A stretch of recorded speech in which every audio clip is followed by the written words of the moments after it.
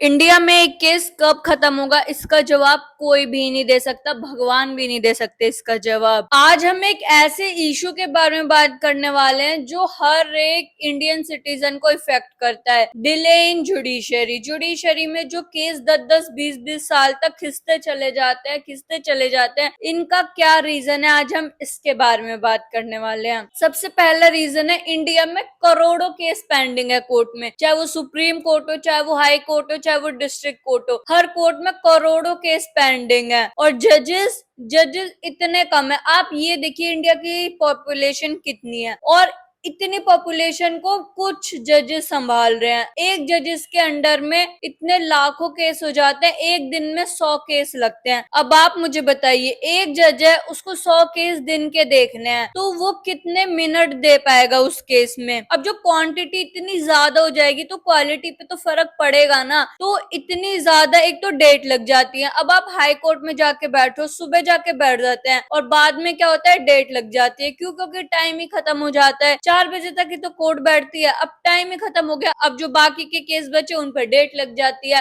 तो सबसे बड़ा जो मेन रीजन है इंडियन कोर्ट्स में जो इतने डिले होते हैं वो यही है कि करोड़ों केस हैं और उन केसेस के लिए जजेस कितने कम है। अभी रिसेंटली सुप्रीम कोर्ट में जजेस बढ़ाने की बात करी गई थी। अभी रिसेंटली सुप्रीम कोर्ट में 33 जजेस हैं, उनको 37 करने की डिमांड करी गई थी और इस डिमांड को प्रेसिडेंट ने हामी भी दे दिया है। अब देखते हैं सुप्रीम कोर्ट में कब से जजेस बढ़ेंगे, इससे 19-20 का तो फर्क पड़ेगा। दूसरी सबसे ज्यादा जो घटिया बात है वो है एडजर्नमेंट। मूवी का डायलॉग है, आप सभी ने सुना होगा, तारीख पे तारीख, तारीख पे तारीख, तारीख पे तारीख। ये चीज बिल्कुल सच है। कोर्ट्स में इतनी डेट लगती है, कभी जजेस एब्सेंट हो जाते हैं, कभी वकील एब्सेंट हो जाते हैं, कभी कभी ऐसा हुआ कि दोनों पार्टियां आ गई तो वो डॉक्यूमेंट्स नहीं लेके आई जो लाने थे कोर्ट में, कभी कोर्ट में स्ट्राइक हो गई, विटनेस नहीं आया, कभी जज का ट्रांसफर हो गया, और भी पता नहीं कितने कितने रीजंस है जिसकी वजह से तारीख मिल जाती है। लेकिन कभी कभी डेट्स जानबूझ के भी ली जाती हैं। फॉर एग्जाम्पल, एक एक्यूज है, वो बेल पे बाहर आ रखा है, अब उसका तो फायदा है ना, जितना लंबा उसका केस चलेगा वो उतने दिन बाहर रहेगा, तो इसलिए भी कभी कभी लंबी लंबी डेट्स ले ली जाती हैं जिससे कि केस और लंबा चले। इसमें फायदा तो एक्यूज का हो रहा है, लेकिन आप विक्टिम की तरफ जाके एक बार देखिए, विक्टिम मतलब सालों साल बीत जाते हैं और उन्हें जस्टिस नहीं मिलता। अगला मेन रीजन है कॉम्प्लेक्स प्रोसीजर। जो हमारी जुडिशरी का प्रोसीजर है वो बहुत ज्यादा कॉम्प्लेक्स है। सबसे पहले नोटिस इश्यू होगा, उसके बाद वो बंदा अपना रिप्लाई देगा, फिर एविडेंस होंगे, फिर क्रॉस एग्जामिनेशन होगा, उसके बाद जजमेंट होगी, फिर ऑर्डर होगा, फिर पता नहीं क्या क्या होगा। ये एक एक स्टेप करने में सालों साल लग जाते हैं। आपको पता है एक विटनेस अपीयर होने में 2-3 साल तो वही लगा देता है अपीयर होने में। मैं सच्ची बात बता रही हूँ आपको, ये कोई झूठ नहीं है, ना मैंने कोई चैट जीपीटी करा ना कुछ, जो मैं एक्सपीरियंस करती हूँ कोर्ट में, मैं आपको वो सारे पॉइंट्स बता रही हूँ। और अगर आपको कोई प्रॉपर्टी का डिस्प्यूट है, फिर लैंड से रिलेटेड कोई भी सिविल डिस्प्यूट है, तो मैंने कितनी बार देखा है कि जिसने केस फाइल करा था वो जनरेशन तो चली गई, अब उनकी जो अगली जनरेशन है वो केस लड़ रही होती है। अब आप ये देखिए, जिन्हें जस्टिस चाहिए था वो तो चले ही गए, अब जिन्हें नहीं चाहिए, जो बेचारे फंस ही गए, वो उनके लीगल हेयर्स हैं, वो बेचारे केस लड़ रहे हैं। यही है भाई जुडिशरी का हाल। आप सभी ने ये लाइन तो सुनी होगी, justice delayed is justice denied.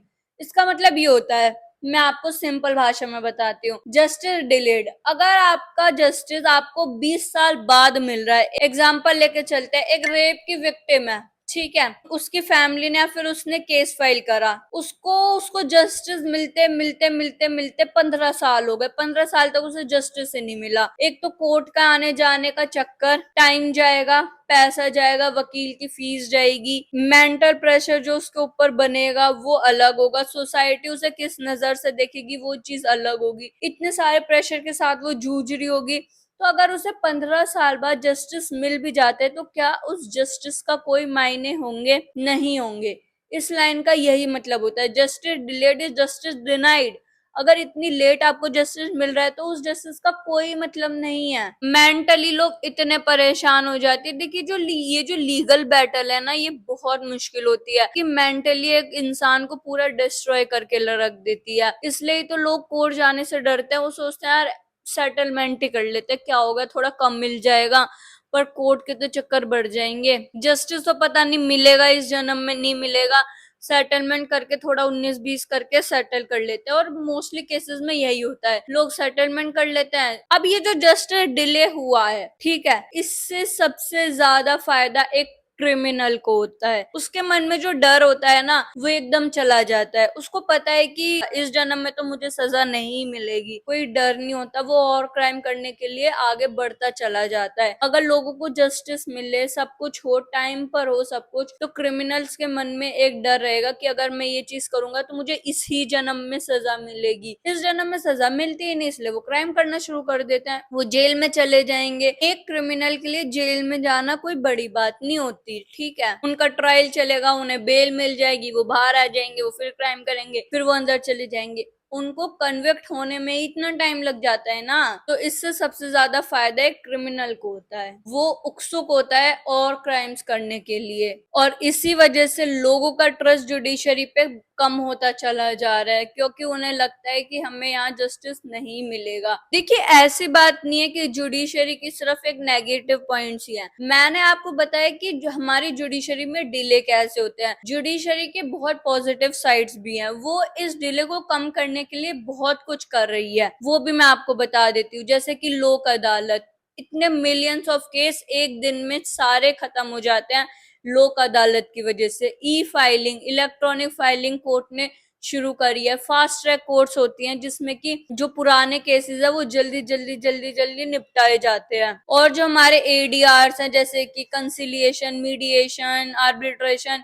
इस पे भी हमारी कोर्ट बहुत ज्यादा काम कर रही है। हमारे इतने सारे ट्रिब्यूनल्स बनाए गए हैं सब स्पेशल स्पेशल मैटर्स के लिए, तो इस पे हमारी जुडिशरी बहुत काम कर रही है। लेकिन इन केस इतने पेंडिंग है और काम करने की बहुत ज्यादा जरूरत है। अब आप मुझे कमेंट सेक्शन में जरूर बताना कि क्या क्या और चीजें हमारी जुडिशरी को करनी चाहिए और वो क्या क्या कर सकती है जिससे कि ये डिले और थोड़ा कम हो सके। अगर आपको ये वीडियो अच्छी लगी हो तो मेरे चैनल को सब्सक्राइब जरूर करना और ये वीडियो शेयर जरूर करना। मिलते हैं अगली वीडियो में एक और नए टॉपिक के साथ।